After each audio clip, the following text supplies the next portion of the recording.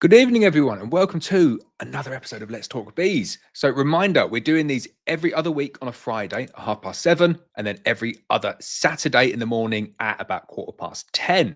This is going to be the long one, though, because I will be here today until I've answered every single question that is in those comments.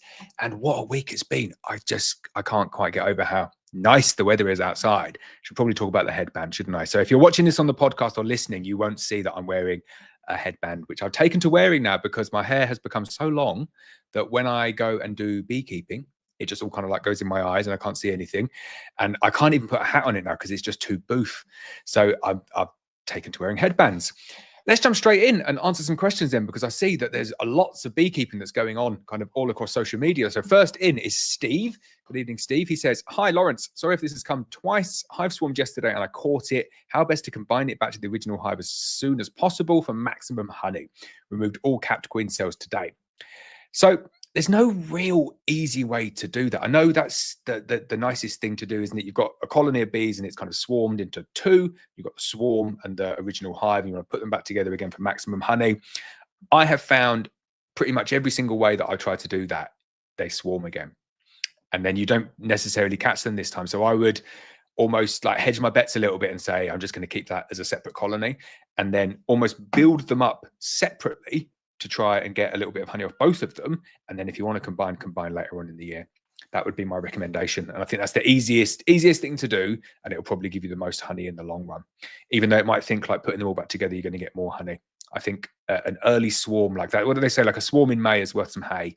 Basically saying if you get a swarm in May, it's pretty good. If you get a swarm in March, what can the slogan be for March? A swarm in March is, don't know, something about some larch. Don't know. I'm not good with words. Someone's got to come up with that. But basically, a swarm in March is going to be worth loads and loads of money and honey and bees.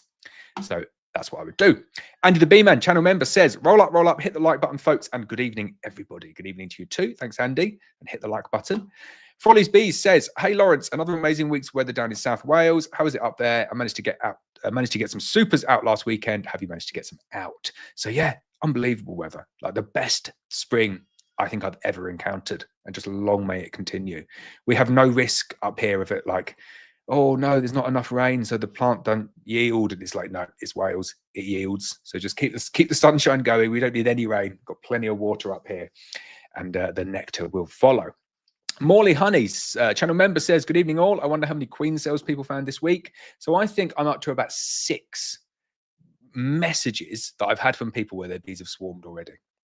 I get lots of messages, and I'm always a bit like, really? Go on then, swarm in March, and I've seen loads. So there is a lot of swarming going on, and it's understandable because there's brilliant weather, perfect conditions for expansive growth. And if people don't keep up with the boxes, then the bees will swarm. That is what the bees do. But yeah, lots of swarms going on. Brilliant. Carol says, "Good evening, Laurence, and to all of the chat." Good evening to you too, Carol.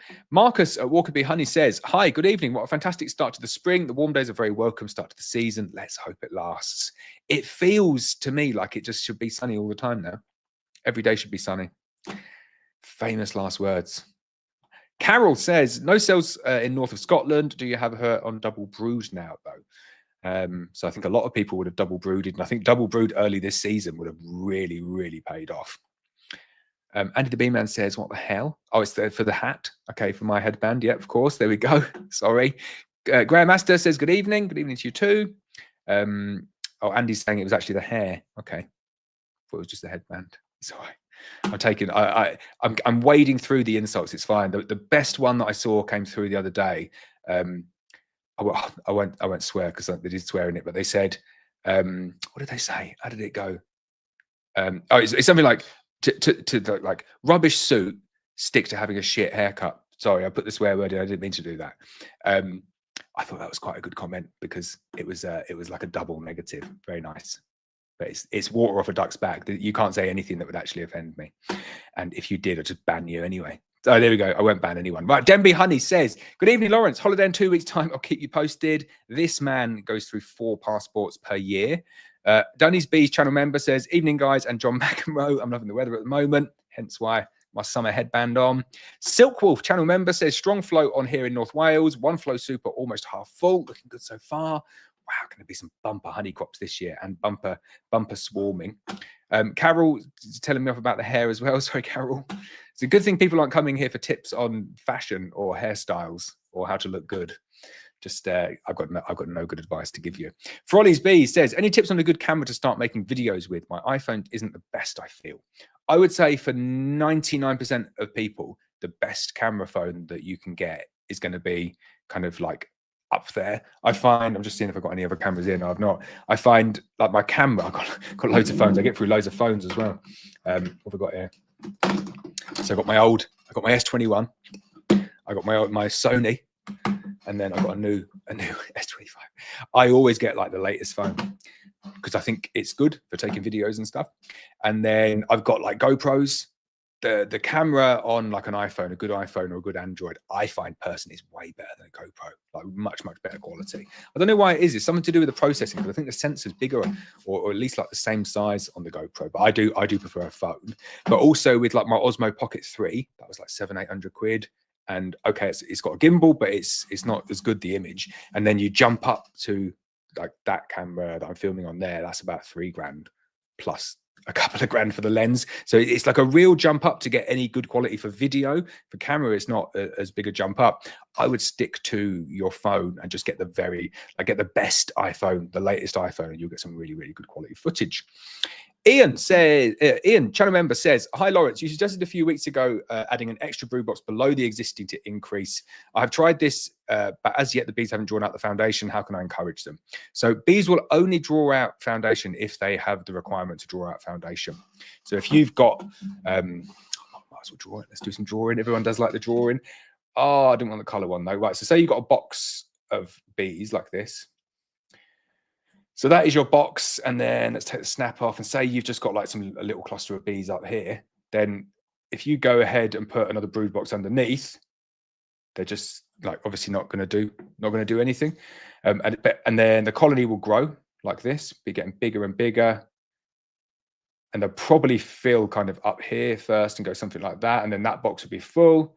And then once they get to that point, they'll only just kind of like start creeping into this bit here. They won't do it really quickly. This time of the year though, I would just say, get that box, take it up to the top, because the risk of it being cold, kind of like for any long period now, has probably gone. And I would say you're better set up with those boxes underneath now above. If they're underneath and they're drawing it out, you can leave it as it is. It doesn't make a massive difference if you're going to stick on double brood. But if you're going to double brood from now, I'd definitely put it above. But the long and short of it is the bees won't draw it out until they feel the need to draw it out, until the conditions are right and there's enough heat in the colony and there's enough like nectar coming in, or you're giving them feed. That's the only real way to kind of like turbocharge them. It's definitely not because the box is underneath, as you will see in a video that's coming on the channel very shortly. Margaret says, evening from Spain, finally the rain has stopped and the sun is shining. It's like it switched, isn't it? Because it has not stopped being sunny here for 2 weeks, which is very odd. Ben says, hi Laurence, I still haven't inspected my beehive due to the weather being still quite cold, around 10 to 12 degrees every day for me. However, I'm worried I'm leaving it a bit late for the first inspection. So I agree. I'd be getting in there as soon as possible, really, to do your first inspection. And if you're thinking about putting your supers on, you could just kind of go and put the supers on overnight without actually doing a colony inspection. You could put the supers underneath if that's what you wanted to do as well. There's a few options there, but I wouldn't wait too long with the amount of swarms that I'm seeing and how advanced the colonies are. I think it's worth just getting in as soon as possible and having a look. Loma Vista Bee Company says, hello, Laurence from California. Hello to you too. Graham says, hi, Laurence, I freed some capped drone comb. If I give it back to the bees, will they repurpose the wax to draw out foundation? So let me do that again. You freeze capped drone comb. If I give it back to the bees, will they repurpose the wax? Or if it's actual, like with drones in, like larva or pupa inside, just burn the frame, just chuck it away. If it's just drone comb, like drawn out frame of a drone comb, empty drone comb, then I just give it back to them and let them do what they want with it. They might repurpose it. They probably won't at this time of the year. They'll probably just lay it up with loads of drones, which I like. I like lots of drones in my colonies. I would do one of those two things. John Hayes says, good evening, Laurence. We have all seed rate flowering now here in Kent in a field directly in front of our apiary. Should supers go on now? Definitely. I just think everybody in the UK, if you're getting similar weather to what we've had in Wales, where it's just been calm, not that much wind, lots of sun, 15, 16, 17 degrees every day. Get your supers on now. All of my supers are on, definitely. And we're North Wales, we're quite high up. I dread to think how far advanced people are on the south coast. Red Mac says, weather just now was almost as good as last year in the Northwest Highlands. It's been truly stunning. Richard Mallion, channel member, says, thanks for the video where you show how to find a pesky queen by putting the bees in an empty box above a queen excluder. Use that method and it worked a treat. Excellent. I'm glad you used that one. Should we just draw it just for fun, even though there's no question, because it is quite a good, it's quite a good system, this one, right? So if you're struggling to find a colony of bees, me trying to talk and do stuff at the same time. If you're trying to find a queen and you've got, let's put the snap on. So let's say you've got, I don't know, double brood or something like that, a couple of supers on, and somewhere in there is a queen, but you don't know where it is. The best way of doing this is you take this hive here and you go put it just over there somewhere out of the way, and then on the same stand you want to get your snap back on, put a box of bees, so an empty box like that. And then from the hive that's kind of over there, you want to pick up some frames of open brood and shake them over there, just basically back into the box. But you want to take those empty frames, so those frames of, I can't do two things at once, uncapped brood, so frames of open brood, and put them kind of in this hive here.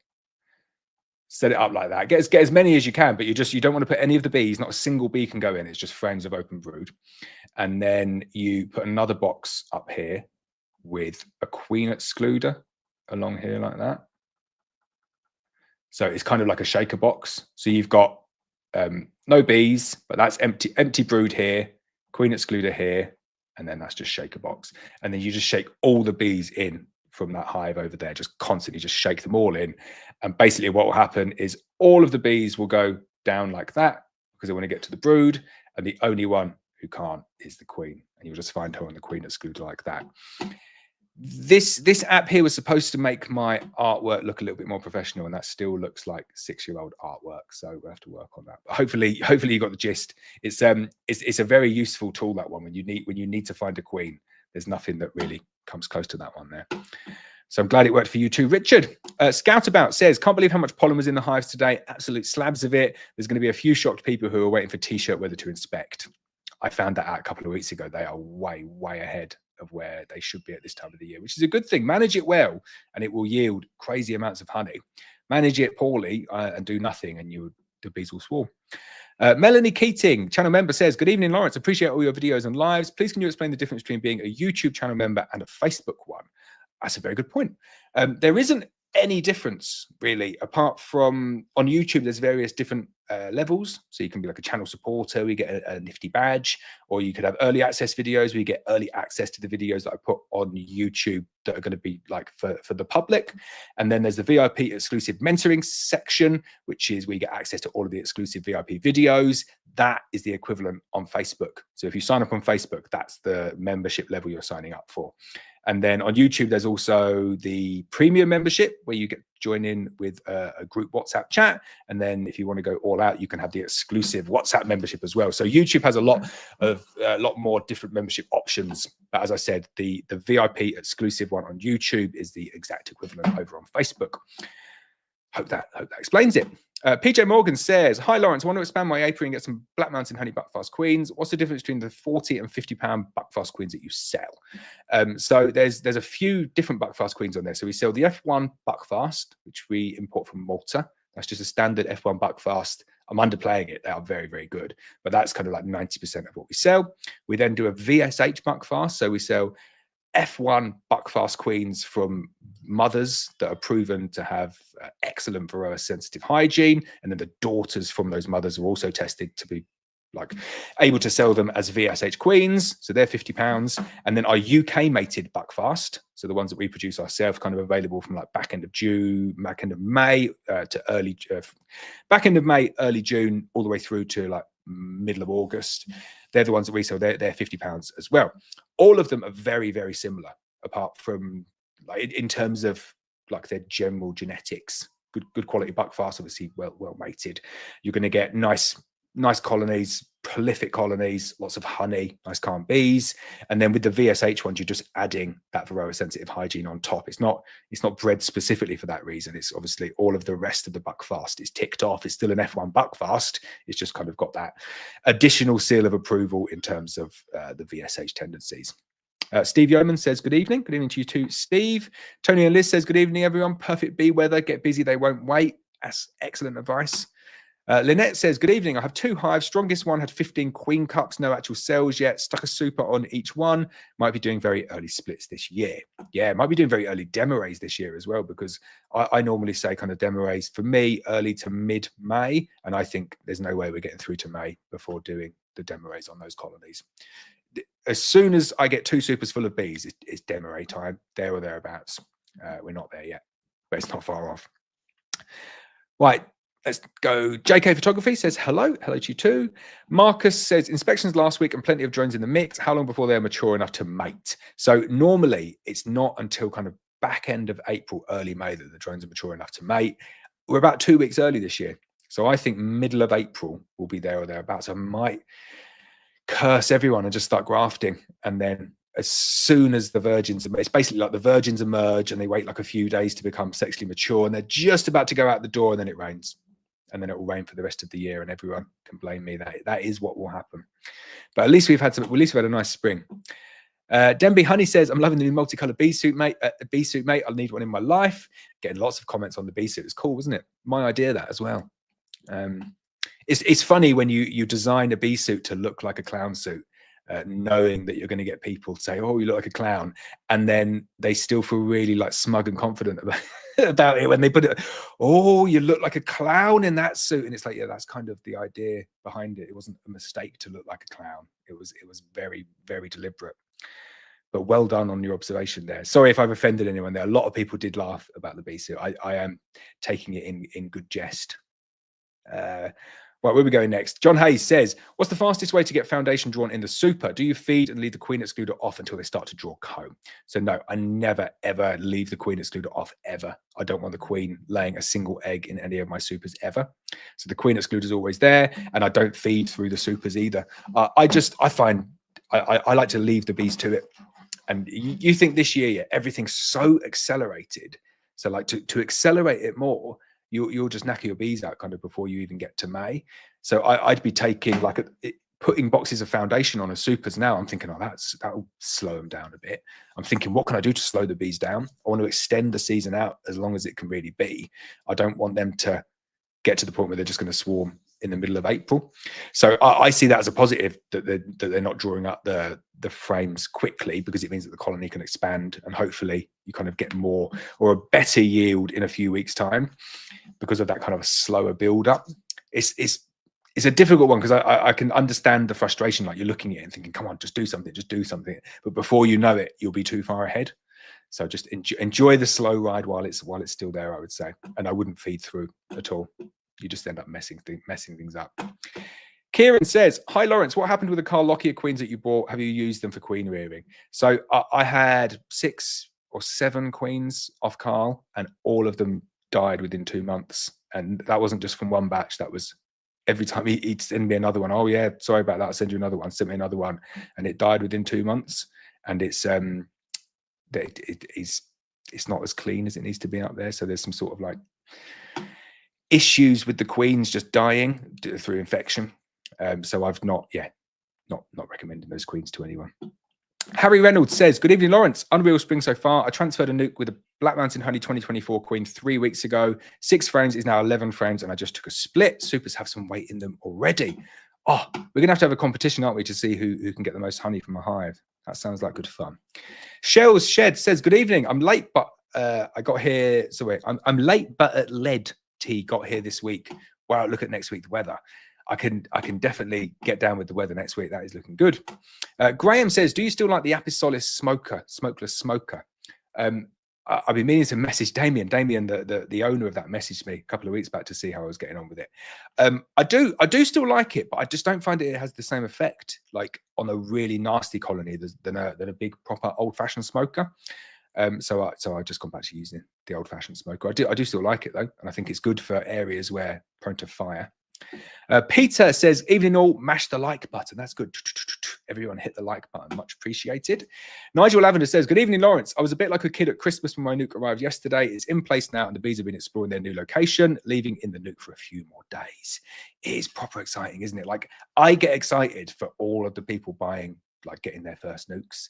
So people ring me up and they're like, I'm really sorry, I'm like a kid at Christmas. And I'm like, no need to apologize. I'm equally like a kid at Christmas, just giving you your nuke. And I love hearing people's stories and stuff like that. But that time where you get your first nuke and it turns up on the doorstep, and then you like, might be a bit daunting. I certainly would be daunted by it. But the first thing that you do, isn't it, is you take it out to the apiary, you put your little Corex roof on, you give it 10, 15 minutes to settle down, you open the entrance and they all come out. And you think, oh, it's a bit much. And then it settles down. And then you think, oh, this is pretty chilled out. This is quite nice. And you sit there and you're watching it with your tea. And those 3 or 4 days, I would say, are probably the happiest for 3 or 4 days of any beekeeper's beekeeping career. And not because like it's not more interesting or it gets worse or it's kind of like downhill from there. It's not. It's very much uphill still from there. But it's just that like the unknown, but they're there. So kind of the whole spring, the whole winter, you've been thinking, I'm going to be getting bees, and you're thinking about it, and it's exciting, but it doesn't really hit home until they come, and they're there, and they're flying, and it's a bit like, oh wow! But then you've still not gone in, and you still don't know like what's gonna greet you inside. So I like those days, ignorant bliss, and then it all kicks off in a good way. Right, let's have a look where we're going next. Well, there's lots of comments. Where are we here? I have gone all the way down to the bottom. Here we go. James says, hi, Laurence, going for the John McEnroe look. Indeed, I am. Good to keep the hair out of my eyes.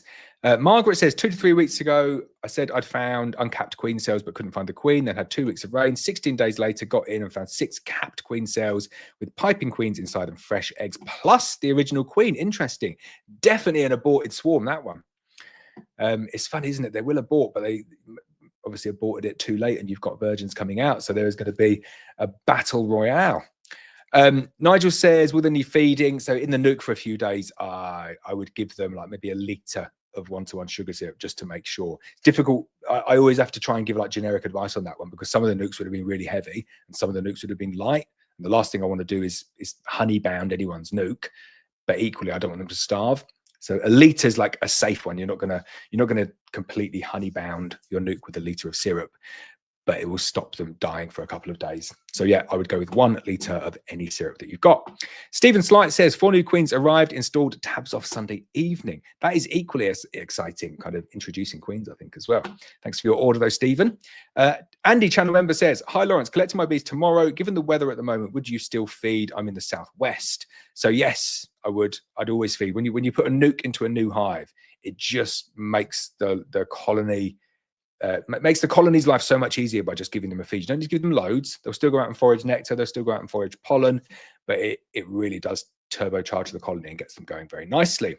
The Curzinator 24 says, good evening, Laurence. Could you explain the pros and cons of wooden hives as opposed to poly? I certainly can. So when I started off beekeeping and I was looking at which ones do I get, it was really, really simple because the poly hives were about like 25% or maybe 30% the cost of poly.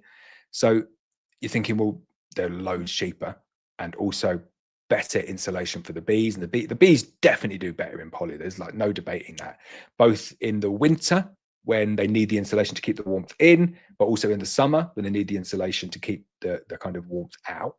And then you get the insulation properties overnight in the poly as well, which the bees need to keep the temperature up to fan down all of the nectar to turn it into honey. So poly is much, much better for the bees. Like there's no debate in that. I don't think anyone thinks that wood is better for the bees. Wood is way more durable. So you can bang wood, you can knock wood, you can scrape wood, you can burn wood. It will last like probably a similar amount of time as the poly, if not a bit longer. But also it's natural, isn't it? Like it will just decompose down and you can start off a brand new beehive with no plastic. And I think that is a really big positive, that one. I do use them interchangeably. And I do think I still, when I look at like the setups that I've got now, a lot of the setups are kind of like this. This is what I'll draw. So I have, I don't know why I keep on doing that. So we have like the bottom of the hive is, snap it in my pound jar. So bottom of the hive like that is generally a wooden underfloor entrance. I don't know what that little nodule bit was. So I'll have a wooden underfloor entrance, and then I'll generally have, this is like generalizing here, I've got loads of poly boxes, but I generally have a wooden brood box, and then wooden supers, really. All of my supers are wooden. But this goes back to when they were cheap. You could buy like a wooden super for like 11 quid or something. But then, let's change the color. I have a poly ashforth feeder there. Don't know why I've drawn it like that. Seemed a good idea to have it on snap. And then I have a wooden roof. So you can see like most of it really is going to be wooden. Like if I had to choose between the two. Oh, I don't know though. I do like my polyhives. I do really like, and you'll see like the Langstroth ones that I've got where they're all licensed polyhives. I do like it. So I mix and match. Sorry, I'm not even answering the question, which was what's the differences. I'm just telling you which ones I like better. So wood, loads more durable, completely natural, will decompose down to nothing. Will probably last a little bit longer, probably a little bit cheaper than poly is as well now, and you can paint it. Poly, much better for the bees, way more insulative. Much less durable, so you get like dings and bumps and stuff in poly. Not quite as easy to repair, but still repairable. But the big thing that I like about a poly hive, especially like the fully molded ones, is that they come fully made. Like if you don't know what you're doing when you make your first wooden beehive, you will not make it correctly unless you're particularly good at making things. I think I got to like 20 beehives before I even got close to making one that was like correct with the correct bee space and stuff. So that's a big plus on a poly hive, is that it comes and it's just complete, ready to go. Mem says, hi Laurence, how's it going? You look like John McEnroe, the greatest tennis star with that headband on. I can't believe it. You know what, when I put it on, I just thought, well, this is just going to be quite a convenient thing to keep my hair out of my eyes. I did not know it was going to be John McEnroe. I like John McEnroe though. He's quite funny, isn't he? Right, next question. JK says, hi Laurence, question. What factors do you use when requeening hives, i.e. age, performance, current brood pattern, etc., etc.? So age, I don't necessarily change them out. So unless it's like 3 years old. If it's a 3-year-old queen and the colony's not looking the best, I will kill them, but I'll give them 2 seasons. So they can have the year, they can have the full year that the queen is mated in, and they can have the full next year. The year after that, I will kill them just because of age, because they will. I know they're going to go at some point in that year. Like to get them into the third, you get queens that run through the whole 3rd year, but they're probably not as good, but they're still okay. But then that 4th year, they're terrible. So I will kill them at some point in the 3rd year. Performance is a difficult one because I find with like the majority of my queens, they're quite consistent across the batch. I don't generally find you've got like 10 healthy colonies that haven't swarmed with young queens and like one's got like 50% less yield. So I wouldn't select for that. Brood pattern, most certainly. That's the biggest one for me. If I see like a poor brood pattern, unless it's the first round of brood in the season, you do occasionally get that first round of brood looks a bit like, oh, it doesn't look good, and then you go in again and it's like, wow, that's perfect. So I'll give them like a week or two's grace at the beginning of the year, but definitely poor brood pattern, and it's time to replace it. But the one in there, the biggest reason that I requeen my colonies in there is temperament. So if I get a colony that's just horrible, and I had one today in the apiary where I wasn't even doing any bee work, and I know there's 2 colonies there that aren't quite right in terms of temperament, and they stung me, just came over and stung me out of nowhere. So I just went and killed their queen, and I've taken them somewhere else as well. Little gits. Stephen Slight says loads of nectar going in links. Good to hear. Flower Street Farm says hello from Colorado. Hello to you too. Sarah Walters says, will you be getting in more Carpathian queens? I blinked and they sold out. I'm really sorry, not this year. So they only had 1 mother queen for the Carpathians last year, and it died over winter. So they're going to be getting another one, I think, in like July. But then you fast forward from July, there's no way that they're going to get that mated this year. So next year, hopefully the Carpathian and the Primorsky will be back. Frolly's Bee says, do you get your labels printed with the people that designed them for you, or do you use a third-party website? If it's a website, who do you use? So I use printedeasy.com. That's who I use to print all the labels, and they don't do any sort of design at all. You just got to send them your PDFs, but they're very good. Flower Street Farm B says we'll be getting a little spring snow tonight, but doing splits on Monday. Oh, yeah, it just feels like here we're so far away from snow. It's unbelievable. Nano says, hi, Laurence. I need to move some hives about 12 to 15 feet. What is the best way to do this? Thanks for answering questions earlier in the week. My pleasure. So let's draw something here. So this is the standard moving hives philosophy. So if you have a hive here, you can move it in any direction 3 feet. So if you move it kind of to the left 3 feet or to the right 3 feet, the bees will find their way in. If you move it 6 feet or 4 feet or whatever, and you know, it's not an exact science, this one. The bees don't find their way in and they just cluster up where the original hive was. So then you have to go up to 3 miles in any direction to kind of like cancel that out. So it's called the 3 foot or 3 mile rule. So that's the rule. If you want to move your beehive, you can move it anywhere up to 3 feet. That's fine. If you need to go over 3 feet, you need to go to at least 3 miles before the bees won't stop clustering up at the original spot. So this is how to do it.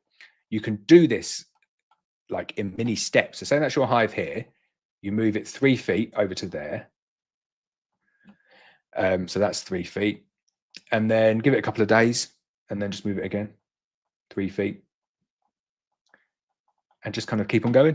And you'll end up kind of over here somewhere 15 feet away. Might take you a week to get from there all the way over to there. But if you just do it in like little small steps and then every day let them fly from the new step. So what I would do is I'd go out at like this time of night and move it 3 feet so there's no bees flying. And then tomorrow they literally won't notice and you'll just see bees coming in, coming out with that new location, and just keep on doing it at like kind of like 8 or 9 o'clock at night when it's getting dark. And then before you know it, you'll have them in the new location. It's quite an easy one. Right, let's go to the next question. Peter, channel member, says, good evening, Mr. E. I like it. Made 2 splits today from very full overwintered double brooded nukes with your 2024 queens. Ready for 2 F1 2025 queens arriving from you next weekend. Lovely queens. Thank you. Well, that's good. I like to hear that, like a success story. Red Mac says, we just put double brood underneath, but we're about a month behind the Southerners in Northwest Highlands in terms of flow. Oh, I'm sure the weather will catch up with you up there. It's way too early, really. JK Photography, very, very kind. Thank you very much. He says, looking forward to getting a few queens from you next week. I will always here to help out, but thanks for that. Much appreciated. Denby Honey says, what's the best way of inspecting a double brood box, please? Let's go and do some drawing. Right, so the obvious, what you can do is just like take off the roof, take one brood box off, put it in the roof, and just inspect both of them one by one. That's the way a lot of people do it. Or you can do, let me draw this bottom box. So imagine that's your bottom box there. And then let me take the snap off. What you can do is you could just tilt the box up like that. So that's your second brood box there. And you basically just have a look in there. And if there's any swarm cells, they'll be hanging down off the bottom of the cells there, and you'll be able to see them. So that is not foolproof, and that is not always the case. But a lot of bee farmers who run double brood use that system.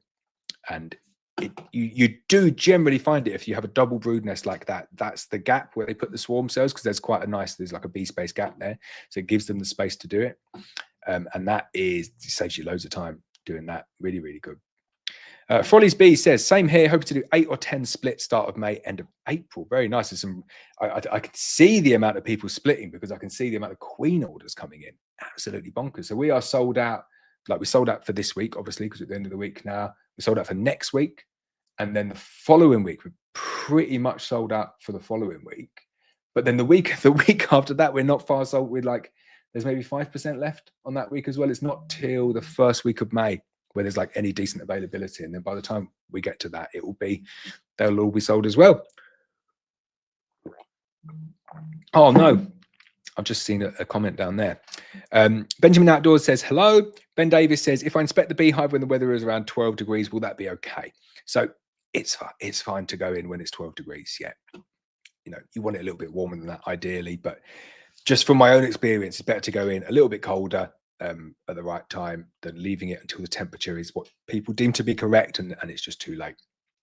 Robert Bone, channel member, says, good evening, Laurence. Good evening to you too, Robert. Good to see your bees today. They're looking brilliant. Sophia Dem says, hi, Laurence. Good evening. No longer on Twitch. I just completely forgot to hit the Twitch button. Sorry, that was my error. I am still doing it on Twitch. I'll be back next week. Keith Jenkins says, hi, I hope you're well. I'm very good. Thanks, Keith. Hope you're well too. Margaret says, I tried to find my queen with empty super and queen excluded method you showed us, but they wouldn't go down, but clustered in piles on of bees at the top of the super. Feel like a right loser. What went wrong?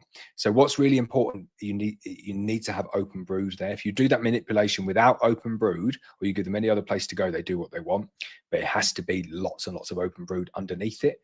And I'd be surprised if you put the open brood underneath. I'd be surprised if the majority of them didn't go down. But the only other way, no, they should still go down. So let's see if that happened. I'm sure you'll comment again. JK Photography says, queen cells in 2 hives, all charged and days away from capping in Surrey, so 2 splits done already. What will be interesting is to see like whether these queens get mated. I think queens kind of coming out to mate in the next couple of weeks might stand a chance. I think it'll be interesting to see though. Scout About channel member says, do you think adding a clearer board below the top brood box on a demo would stop the bees backfilling the top brood box with nectar? If you had to, so possibly, but you'll restrict the amount of bees that you need up there to keep the brood warm. So I wouldn't advise doing that. You can, if you time it well, if you're on it with a demo ray, by the time all of the brood has emerged, there's only probably like 20% stores in those boxes, and a lot of it's nectar, so you just shake it out if you want. You can get in there before it's like completely full of honey. David says, hi, Laurence, I hope you enjoyed that. The spring is here. I certainly did. One question, did you have some dead hive this year and how many? So I never like to kind of give like the figures out for this because I don't know, it can make people feel bad, because I see some people saying like it's 30-40% losses or something. We're well below 5% losses this year, and we've been working down for a good few years now, but we cut that season short and we treat our bees so early with Apivar. And I saw a study that came out and it was just saying that the way to keep varroa down is just by doing the correct treatment at the right time of the year. And I kind of read it and thought, obviously, but it's true. It is as simple as that. There's a real trend for people doing it as well, which is cutting the season short and letting the bees have that last bit of the season to kind of sort themselves out before they go into winter. And I think if you do that in the UK, you've got a very, very good chance of getting your bees through the winter. So yeah, not that many dead at all, well below 5%. I was very, very happy with that. Sophia Dem says, I was just building a brood box and I was actually wondering about your thoughts on top versus bottom bee space. Turns out you're live, so I can ask.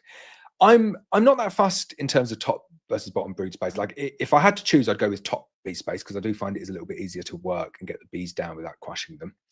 So if I had a choice, I would go top bee space. But just the worst thing is if you're mix and matching them, it is a bit of a pain. If you've got different boxes with different bee spaces, and some people do like the top space bee supers. So I've got a few top bee space supers that I think I inherited from someone, and it's really annoying knowing. So you have to keep them all on one hive, and it works okay. But if I had to choose, I would go with top bee space. If everything could be top bee space, it'd be nice. Rug Havara says, make a video about requeening in Thazak brood deceased beehive. I'm not 100% sure what that means. I'm gonna have to work that one out, I think. Ian says, thanks for answering my last question. I've stopped feeding now, but I think that I overfed. My strongest colony has loads of stores, probably syrup. Should I do anything to ensure space for the brood? So there's not really anything you can do within the brood nest other than just take the brood frames out and put foundation in. I'd definitely go in and check though, like the colonies, difficult to say what your colony looks like, but like my big strong colony should have like 7 or 8 frames of brood, like about that at this time of year. That's what I'm seeing roughly at this time of year. If you're seeing like 2 frames of brood and then lots of frames of honey or stores or syrup or whatever, then you need to remove some of them and just put sheets of foundation in. Yeah, needs a little bit of work and balancing at this time of the year to make sure they've got exactly what they need. Wow, there's a lot of questions. I'm gonna have to start going a bit quicker. Right, Laxman says, good evening, my honey hive I left. Wait, start again. Good evening. My honey hive left. I don't know where, no bees anymore. I don't know why the reason must be, but it's not in the hive. There was full of honey in the hive. I did a good harvest. So I think what you're saying is the bees absconded outside of the hive, and the biggest reason for bees absconding throughout the winter is high varroa load and high viral load on the bees, and they just have to get away from the varroa. And the varroa reproduce within, like, underneath the cappings of the brood, within like kind of the cells where the pupa sits, and they're like chewing on the body fat. So the bees just say, right, we're going to go, we'll leave all that varroa there. You still got the phoretic mites on us, but we're just going to go to get away from it. So it's almost certainly going to be high varroa load. Denby Honey says, we bought some lavender smoker pellets off Griff this week. Oh my, they're a real game changer, Laurence. The smoker keeps going for ages. They are really, really good. I did a video today. So I've got someone filming for my online course, the first video today, like practice.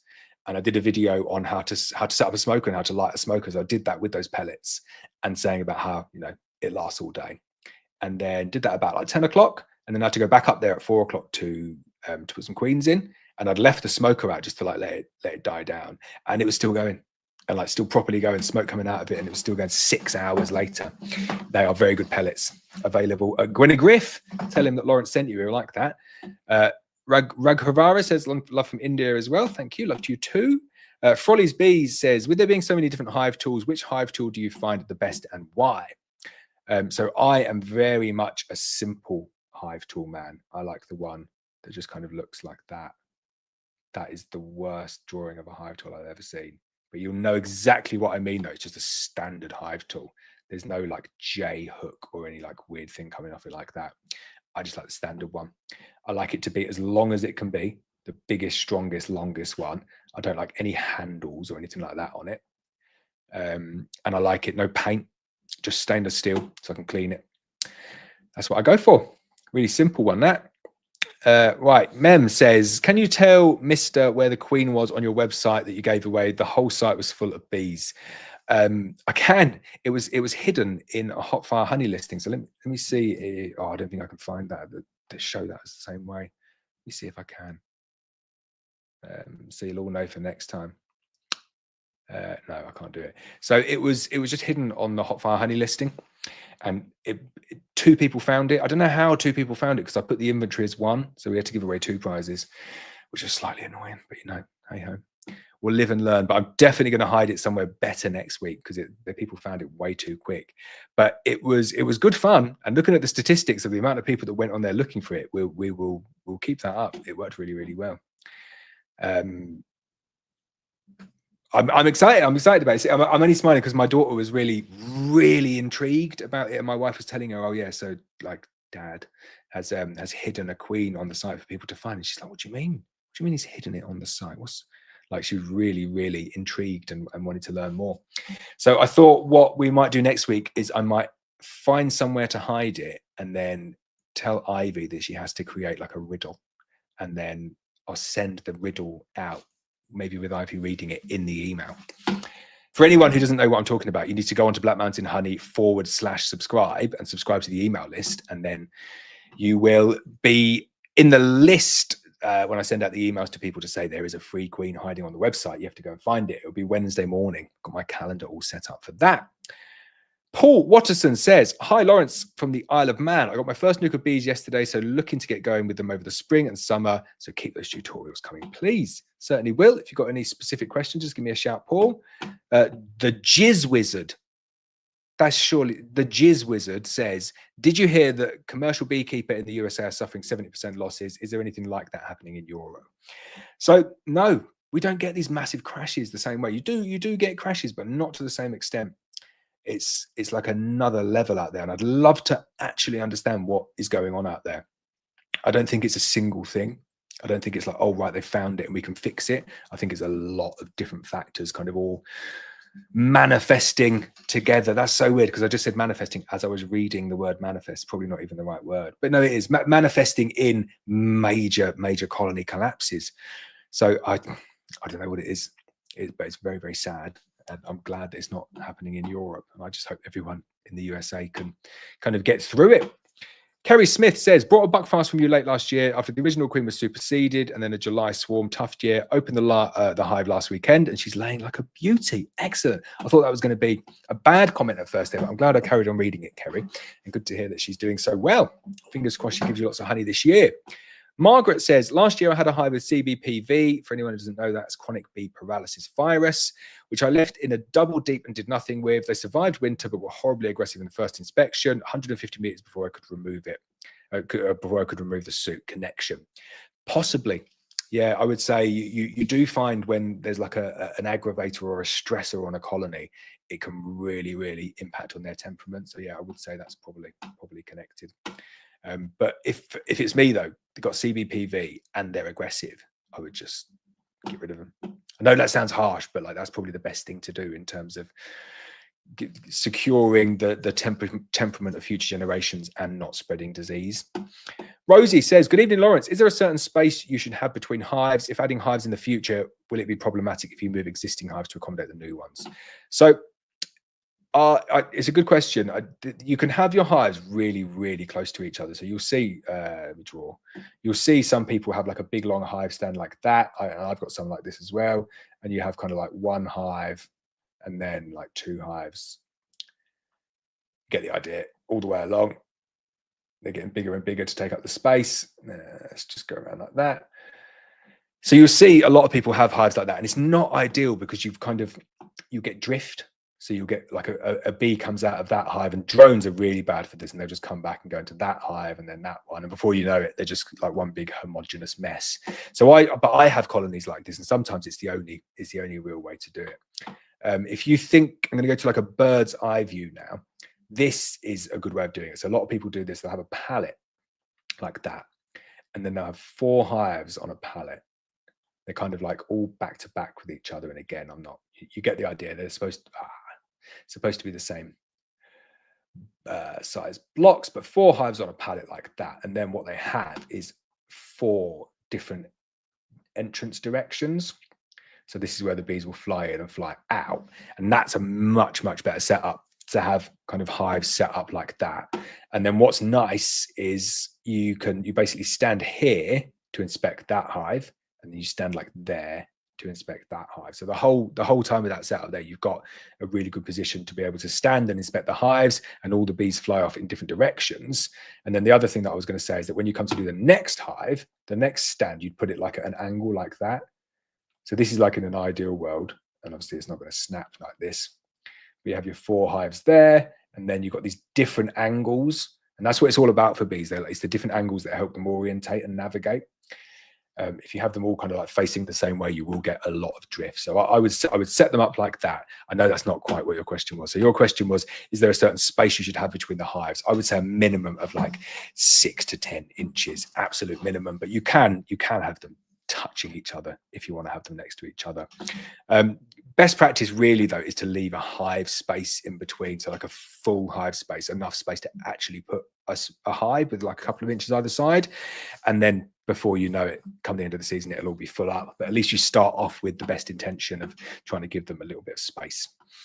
The Bee Whisperer says, hi Laurence, doing my demo rays at the moment as big strong colonies on brood or brood and a half. Do you always use fresh foundation in the new brood box or drawn comb if available?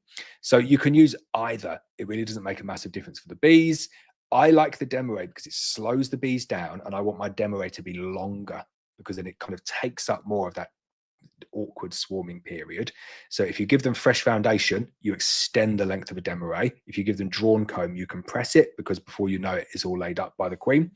So I prefer to use fresh foundation, and because we sell a lot of nukes, we're always just adding new foundation in, which I do think is good for the bees. It kind of keeps the bees nice and healthy, and there's no viral load that gets built up in the drawn comb.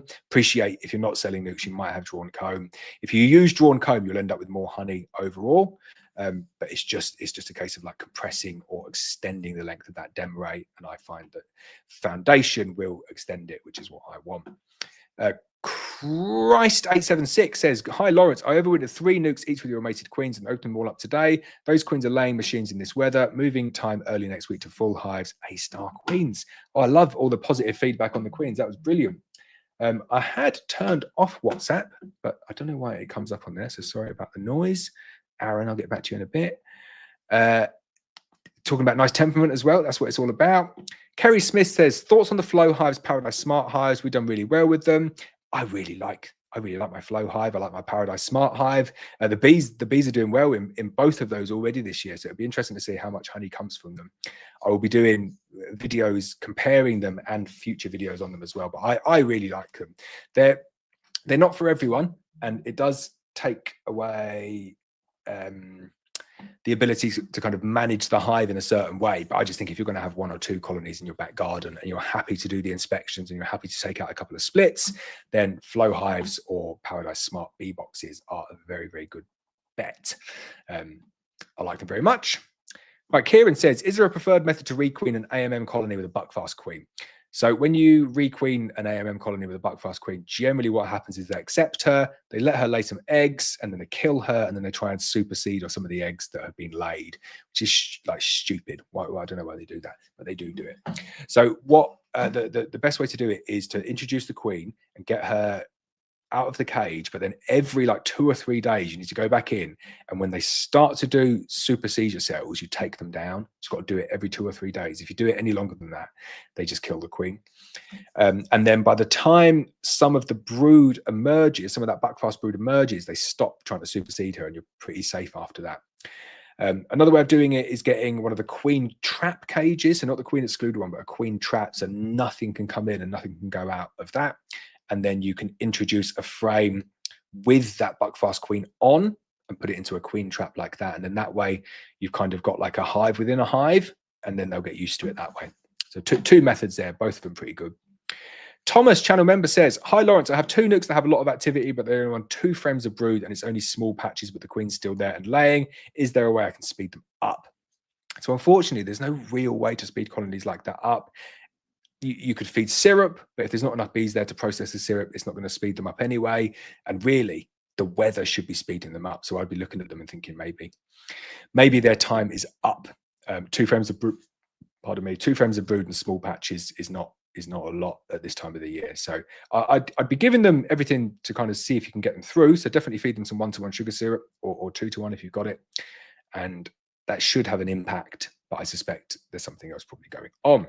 Right, Billy says, if I want to squish a queen and buy a queen from you, should I buy the new queen before or after squishing the old queen? I always say this to people.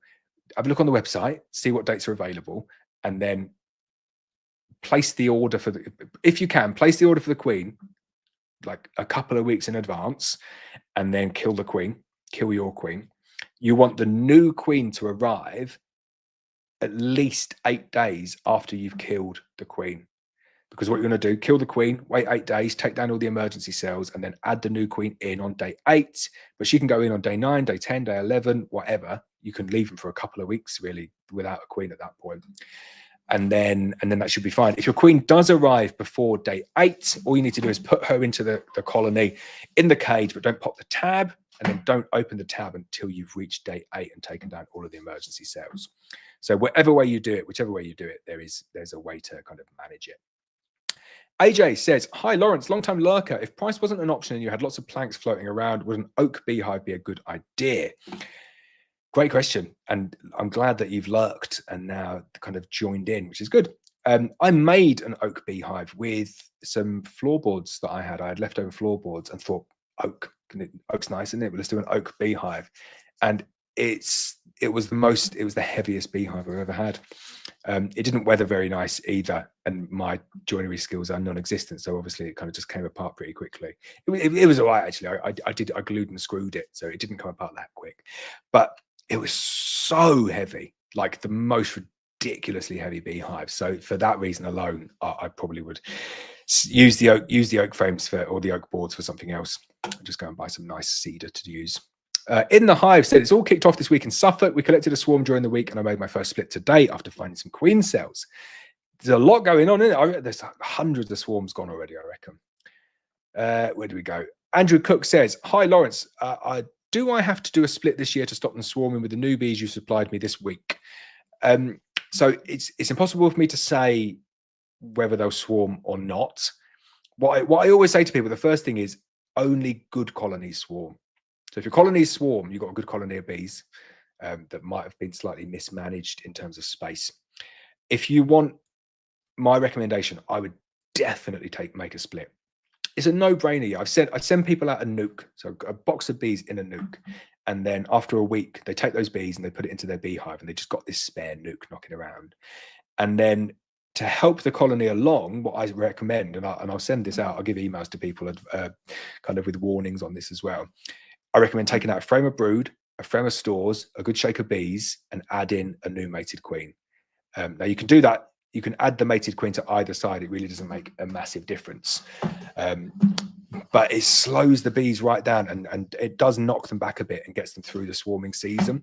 The other option is, so what I was saying is you've got the nuke there. So for the sake of a £40 queen, you've got everything you need to make yourself up a nuke, which if you don't want, you can sell and recoup some of your money. So I do think it's a good learning experience. You've got all the equipment to do it. You might as well do it. And then it helps protect your honey investment as well by reducing the swarming on that colony. Jizz Wizard says, another idea for moving the hive 15 feet. If you move them and close off the entrance for 3 days, when they get out of the second day, they will do reorientation flights. Yeah, I wouldn't do that. You're talking about closing them in for 3 days. I wouldn't do it because it's quite stressful on the bees doing that, and there's no real need to do it because it's 3 or 4 3-foot moves. It's not the end of the world doing it, and the bees won't care at all. Whereas like pushing them over and locking them in for 3 days, you could risk damaging that colony. Keith says, do you think it'd be okay to steam clean nukes? Certainly is. Ricky Sharp, channel member, says, hi Laurence, how many honey productive hives do you have and how many jars of honey do you get a year? So probably like 150-ish, and we get like, I don't even really kind of measure it up that much now anymore because it just goes into buckets and I count up the buckets. Then we had like 250, maybe 300 buckets last year, something like that. It just gets stacked up. But we don't get mega yields up in North Wales. It's a shame, not like the South Coast. Wombat says, discovered capped and charged swarm cells on first inspection today, but put nude brood box under on 3rd of March double. I think we saw brood in all stages today, but now not 100% on eggs. Beginners, too late for an artificial swarm. So was the queen there? That's always the kicker. Is the queen there? Is there still eggs in the colony? And then you can do an artificial swarm. If she's gone, you just got to knock down all the cells. Either knock down all the cells, add in a mated queen, or knock down all of the cells bar one and let them requeen. In the Hive says, I found a couple of colonies with only drone brood today. One is still quite strong, but the other one is just a couple of frames. Is it worth giving such a weak colony a mated queen? So I would, if that was me, I'd probably merge the two and give them like the merged colony a single mated queen would be the way that I would do it. Thomas Blackwood says, one of my hives is struggling with numbers going into winter. I've got a queen, but no new brood, as I think they had to abandon brood to a lack of bees. I brood to a nuke. Anything else?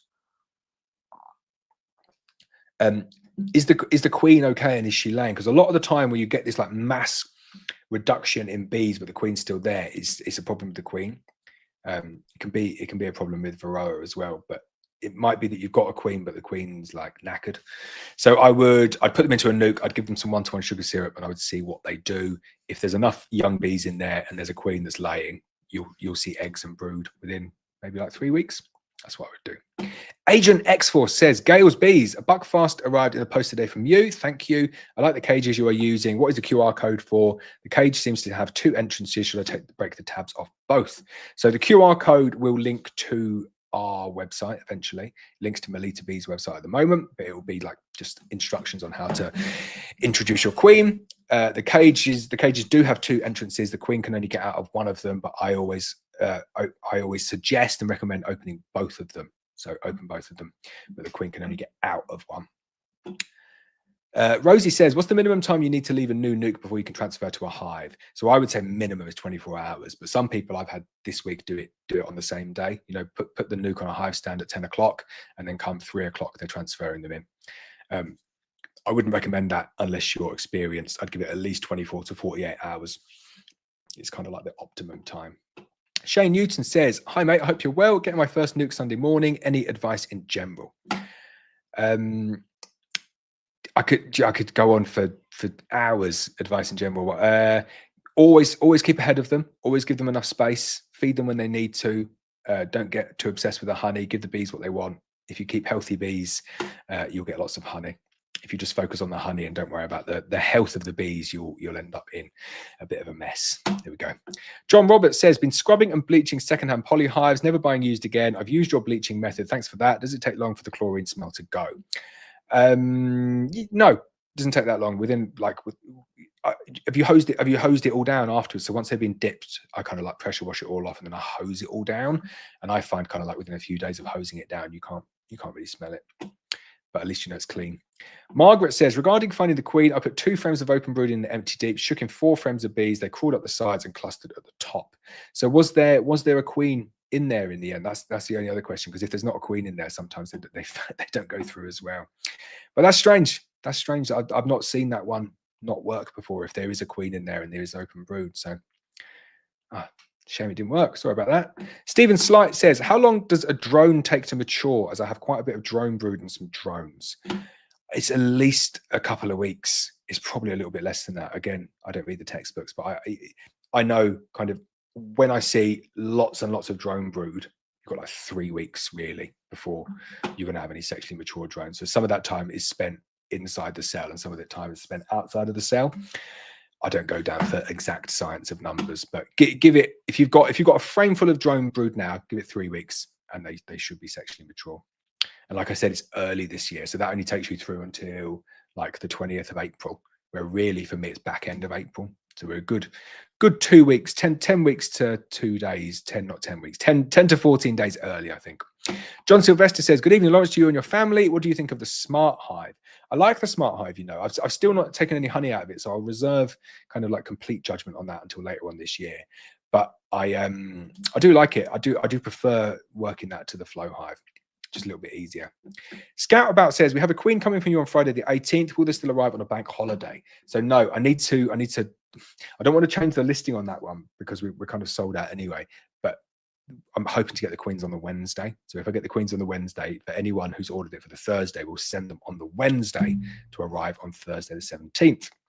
JK says, no hat raffle this week. Unfortunately not. We sold out, gone. All the hats are gone. So I'll have to work out something else to raffle. Yeah, I've got some other things I can raffle or we just give away, do whatever. But I did forget about that. Sorry, my bad. Marcus says, I bought my 8-year-old son his first hive and he's so enthusiastic about getting involved. He's now sat up watching his this live stream at the time of this message. Can you say hello to Louis, please?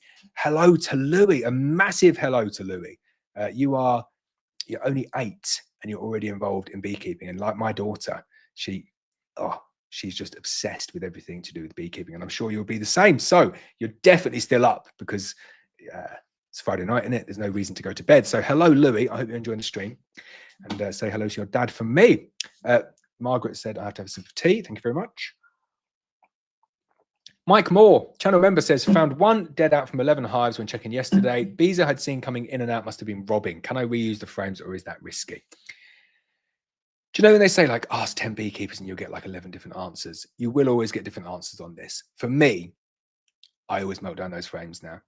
Just as simple as that. And I'll work out when a colony's a dead out through lack of activity early on. I'll seal up the entrance and just try and reduce that robbing as much as I possibly can. I certainly wouldn't reuse those frames. I'd be melting them down and starting again.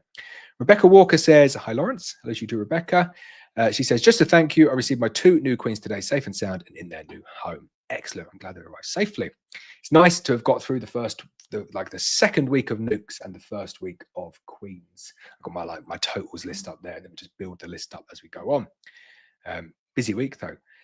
Glenn says, I did my first inspection last week. The hive was on brood and a half. The super has 3 frames of capped brood with some drone brood. All the rest of the frames are honey from last year. The brood box has 7 full frames of capped brood, 1 full frame of capped drone brood. The other 2 are nectar and pollen. I added the queen excluder and a super. I didn't find the queen due to the amount of bees. Is there anything else I should be doing in the next hive inspection tomorrow? No, nailed it. Got everything right there. That colony sounds absolutely brilliant. All I would say is, with the weather as it is at the moment, just on the side of giving the bees additional space. So if you're thinking, do they need 1 or 2 supers? It's 2 supers. Do they need 2 or 3? It's 3. Always go with 1 extra. Just give them a little bit more space. That additional space at this time of the year in the hive is not going to cause them any issues for heating. So I would just give them more. Jackson Trumper says, that dog needs belly rubs for sure. He does. Jazz, what are you doing? Hey, point. Here he is. Gone. Pour. Jazz. Pour. Do it. Pour. Right. Oh, they did it. He did it. He did it there in the end. The laziest dog in the world, that one. Margaret says, first Velutina queen in the garden here in Spain. Smashed her good. I have 40 traps set up in a 1.5 kilometer radius of the apiary this year. Stay vigilant, UK peeps. Oh, lucky that we've not got to deal with that much at the moment. But yeah, stay vigilant. Thomas Lindsay says, good evening, Laurence. Good evening to you too. John says, public service announcement, scammer season has started, so please report specific comments as original post tends not to be from the scammers. Thanks for listening. And now let's back to Let's Talk Bees. It's a good point. John does such a brilliant job of kind of keeping things on track on the No Nonsense Beekeeping Facebook group, but there are lots of scammers out there to try and get your money. So always buy your beekeeping stuff from reputable outlets, not through random comments on Facebook. Andy Flint says, good evening, Laurence. Enjoying the stream. Went through 3 hives today. Loads of bees. Supers are now on. Long may the good weather continue and the nectar flow. Feels like we're all being very, very spoiled. Like, when was the last time you got like a full week of sun? And we've had like nearly 2.5 weeks, and the next week just looks like a full week of sun as well. It's almost going to be like a month of sun, and I love it. I really do. I love the sun. Really nice. Oh, we did that one. Jizz Wizard said, it said GIS for Geographic Information Systems is computer mapping is my profession. I'm really sorry for calling you the Jizz Wizard. I'm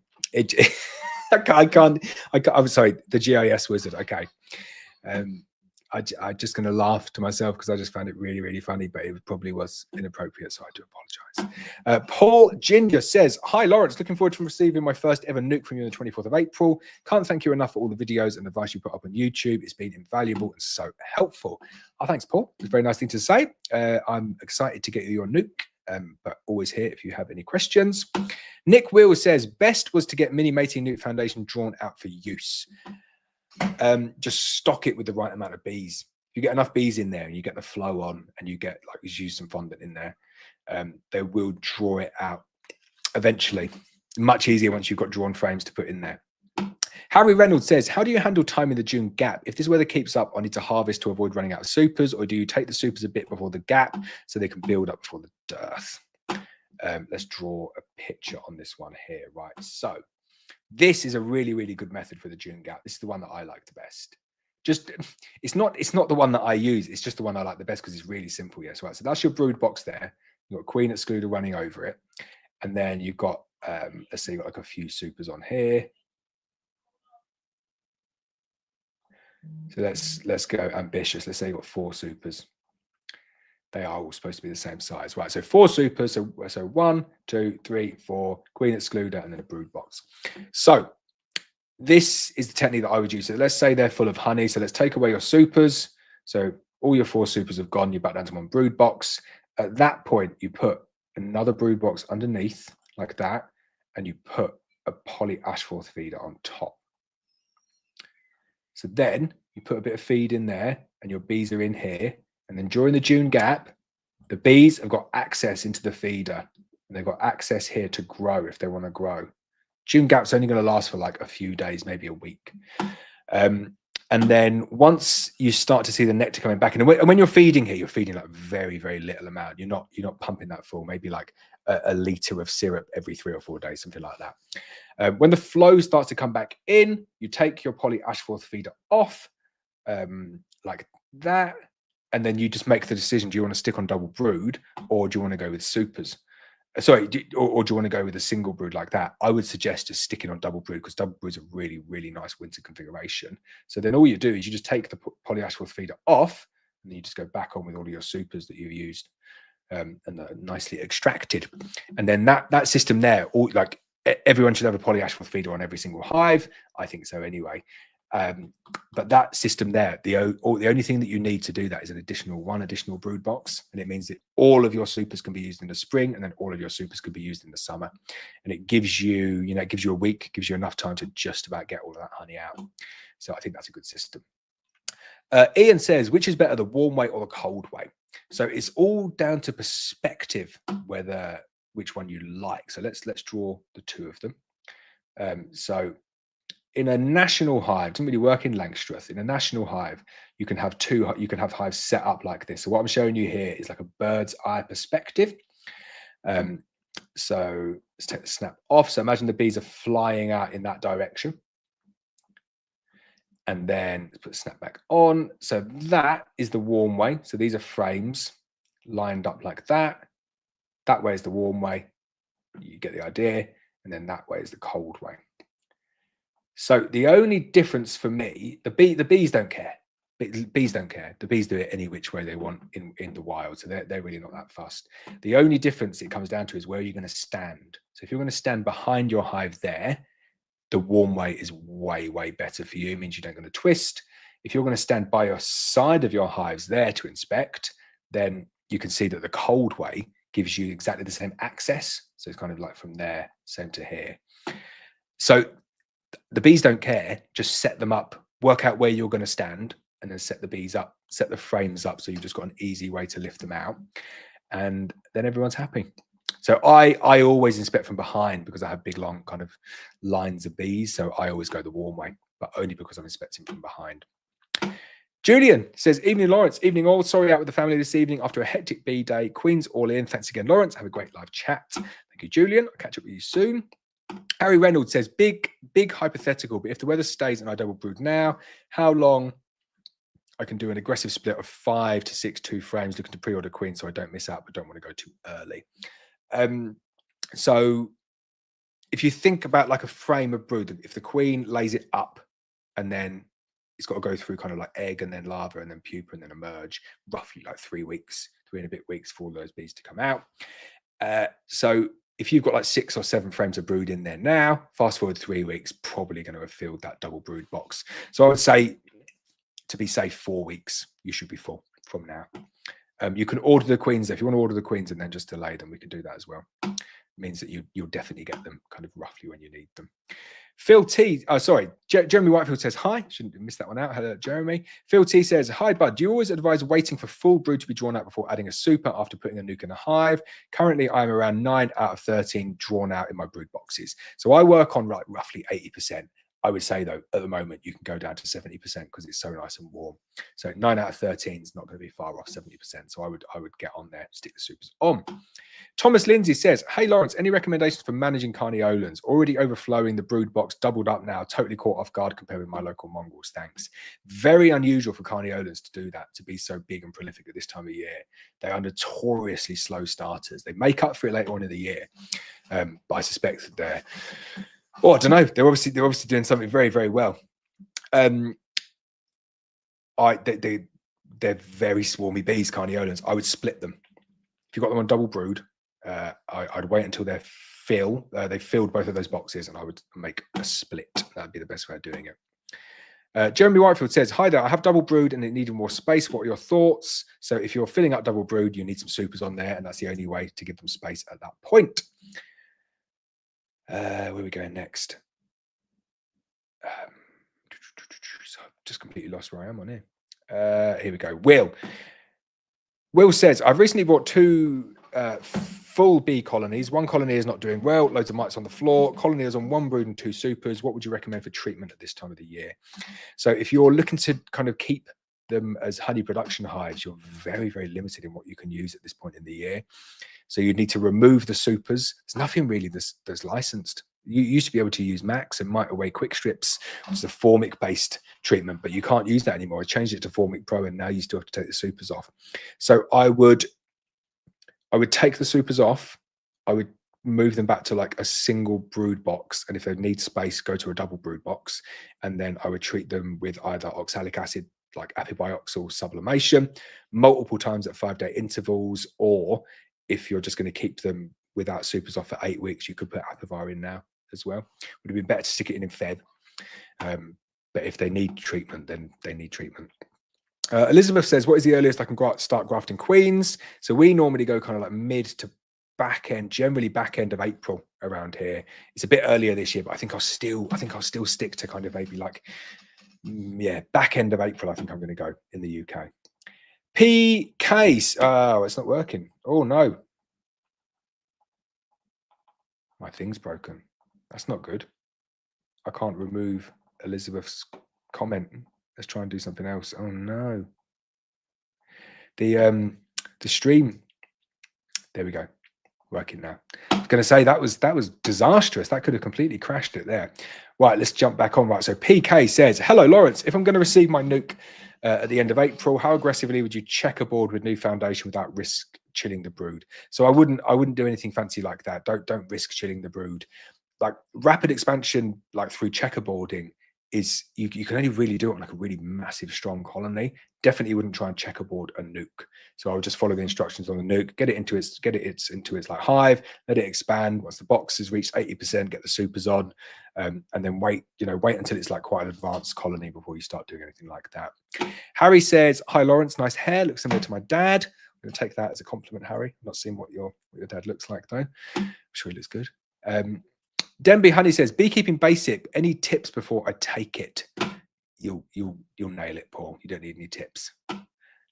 Harry says, I did the beekeeping basic when it's dead easy. Just need to know how to inspect a hive and build a frame. Like I said, I think you'll be good, Paul. John Sylvester says, have you thought of changing all of your hives to smart hives or just have a mixture? I quite like having a bit of variety there just for the YouTube videos. If I was going to change them all, I'd probably change them all to traditional hives. Harry's looking forward to his queens arriving tomorrow. 11 queens on their way to you, Harry. Pick them all out myself. You'll be happy with them.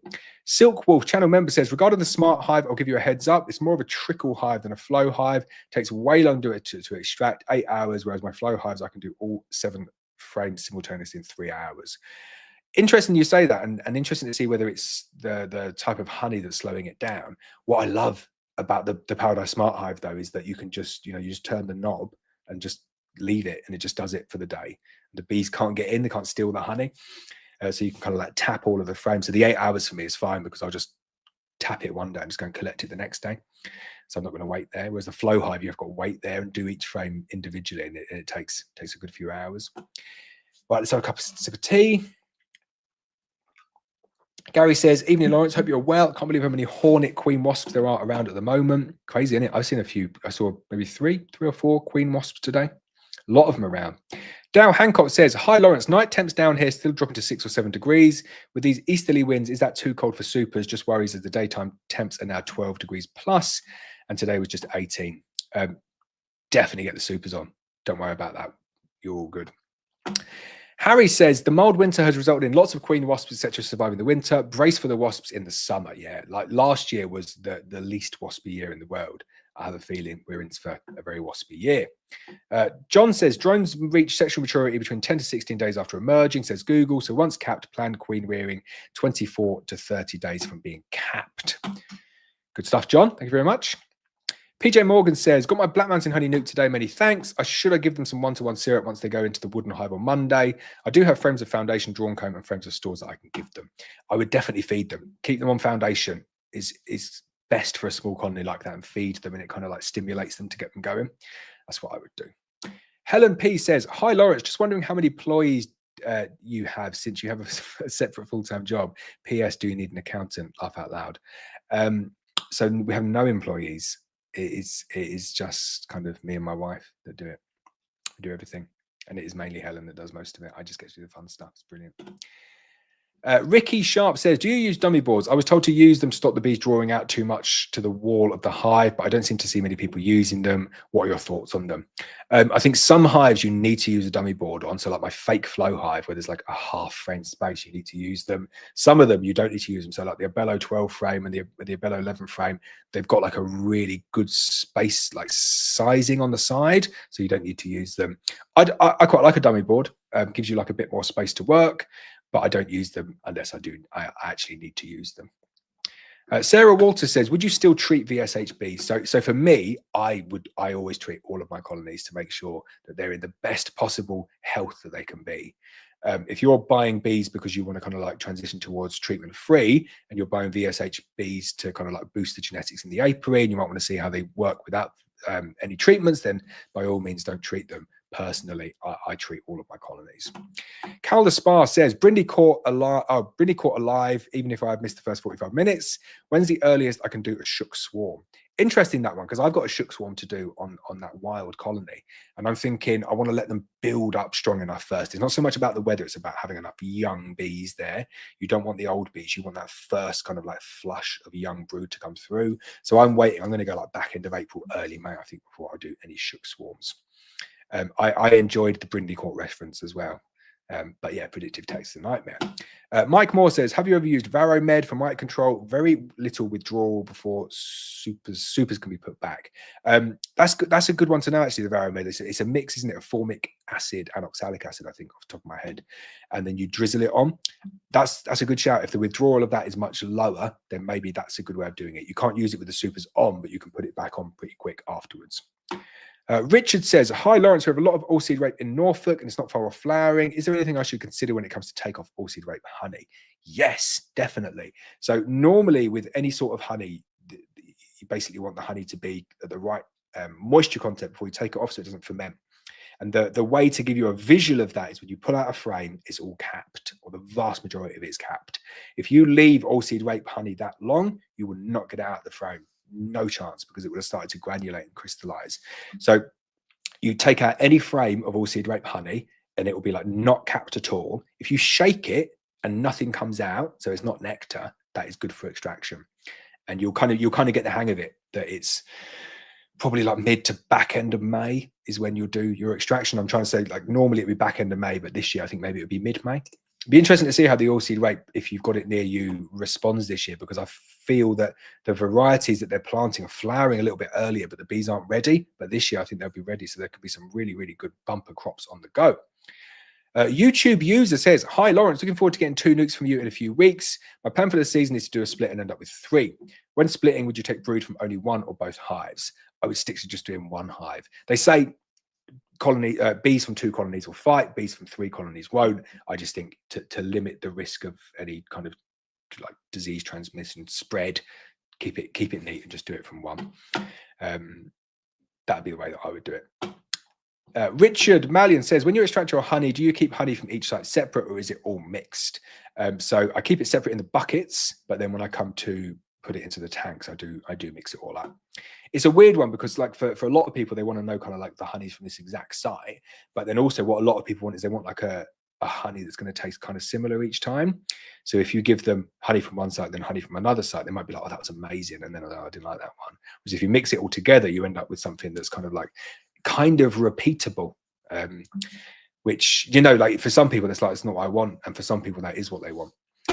I can't believe I'm at the bottom of the list. It's brilliant.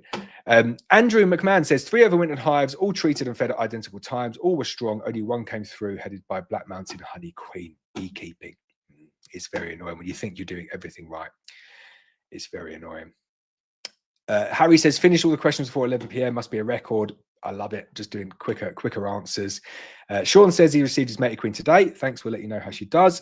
Excellent. I hope it all goes very, very well. Well, I have reached the bottom. I can't believe it. I'm just like choking. And that is the rule, is that when I reach the bottom, I'm going to bed. So I have had the busiest week ever. It has been brilliant. We've sold a lot of queens. We've got a lot of nukes out of the door. If you want to order your queens, get them orders in as quick as you possibly can. If you want more to understand more, kind of like more support with what's going on with your bees, definitely sign up for either the channel subscription over on Facebook or one of the channel member options. Got lots and lots and lots of videos coming this week. I hope you will enjoy them all. Thank you to everyone that's dialed in. Next time I'm back is next Saturday, so not tomorrow, a week tomorrow, about 10:15. We'll do an hour then, and then I'll be back again for a long one on the Friday as well. A few thank yous there. Thank you to everyone for dialing in. Hit the like button on the way out, and I hope you all have a wonderful weekend. See you later.